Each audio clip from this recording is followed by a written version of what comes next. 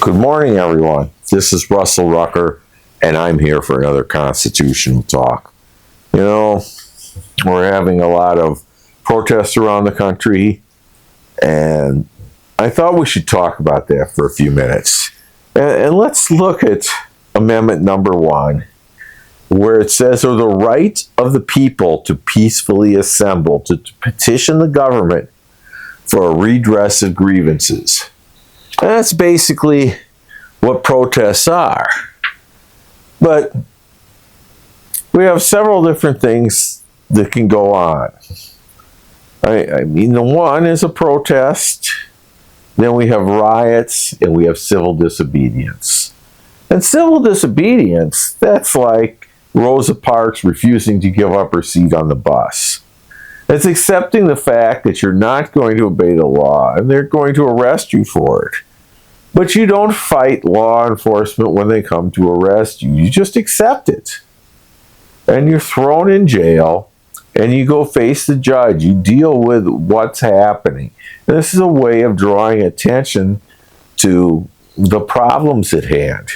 Another example of civil obedience would be in the old South, the Jim Crow South, where it was the separate but equal idea, where you had white and black drinking fountains, you had white and black only restaurants. Everything was separated, and where some would go in and sit down at a table for whites when they were black, and they would be arrested. It was to highlight the disparity of what was, clearly right and wrong. And this is an example of civil disobedience, and the cops would be called, they'd be arrested, and they'd have to see a magistrate, more than likely pay a fine. You'd have things like this. This is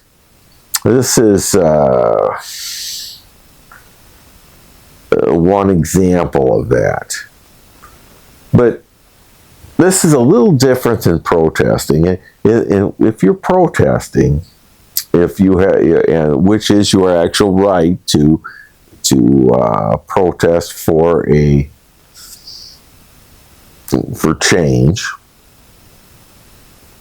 and really the way it's written is to assemble for a petition, to petition the government for redress of grievances. And this is the Constitution. It's out of my book, Textualism.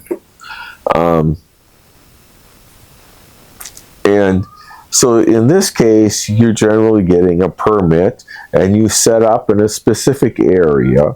The cops even will quarantine off a street for you to march down. And so it's all planned out. And you're down there carrying signs. You're listening to speeches. You're gathering with a whole group of people. The thing is, when you're protesting in this manner, and some of the big events would be like your annual Right to Life March. And this is a formal protest, a good example of it. Where things can go wrong is like on J6, when you have the Stop the Steal protest, and it turns into a riot. Well, when you have a protest that turns into a riot, you're all together. So when something occurs, you're all guilty by joining in with what we would call a conspiracy. So you could be a member of the conspiracy, a co-conspirator. Now, let's go back for a moment to the Lincoln assassination. And you have a group of people meeting in a hotel. In this case, Mrs. Samet puts them up in a hotel, and she winds up being hung with the rest of those conspirators because she was with them. She was in with the group, even if she didn't attend the meetings themselves. And so she was hung as a co-conspirator. Now, this is the same kind of thing that happened from J6 when people were walking on the grass and that, being arrested for the most mundane things, some of them, because they had basically conspired with a whole group to be at this protest, and they were going after the whole group. Whether you think that's all right or not, just trying to explain to you the possibility of being arrested with a group when something goes wrong. But a formal protest is where your rights are. Now, when you cross that line, and today, we take these civil disobedience, we take protesting, and we take rioting as it's all part of this protest. But there really is a separation between a peaceful protest, civil disobedience, and rioting. And that's the issue and the thing I really want to make you understand today. So if you're up on a line and you walk into the street, across the street, and you start pushing officers around, and usually there's a whole line of officers trying to separate you with maybe a counter protest going on. And if you start pushing and you start throwing things, you start hitting people, now you've crossed the line into a riot. That's where the line really is. And of course, the protests we have today are more of a riotous nature. You have people blocking intersections. You have people trying to attack people with their cars. You have rocks being thrown, ice being thrown. These are not peaceful protests.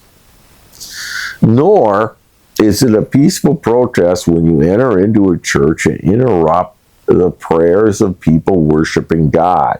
Because the same amendment that gives you the right to protest gives you the right to a free practice of religion. Because the rest of this amendment is, Congress shall make no law respecting an establishment of religion, or prohibiting the free exercise thereof, or abridging the freedom of speech, or of the press, or of the right of the people to peacefully assemble.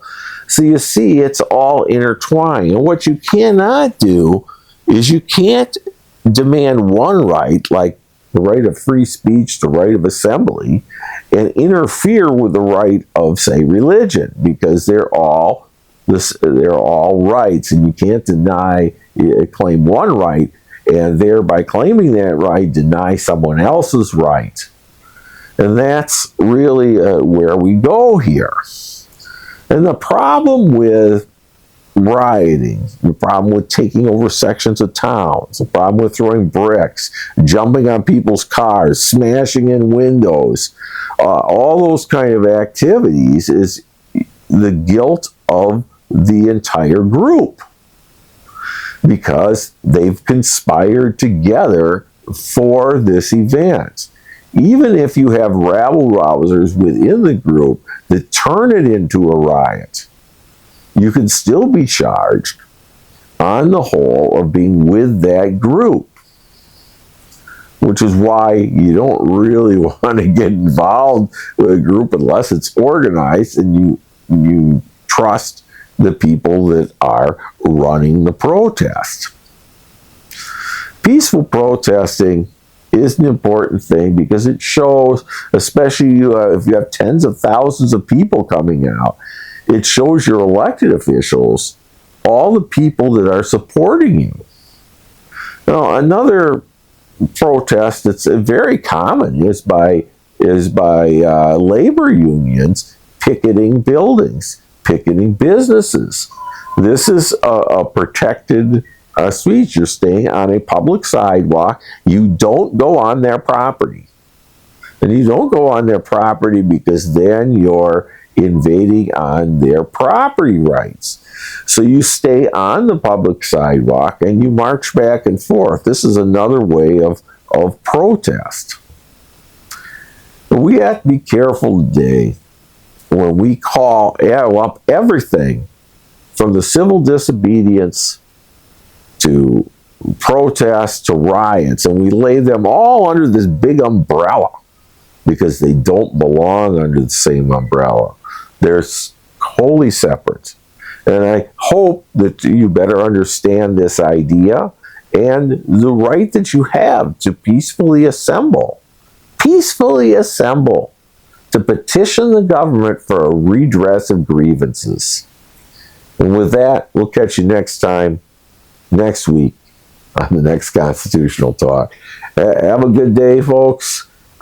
Keep safe. We'll talk to you later. Bye.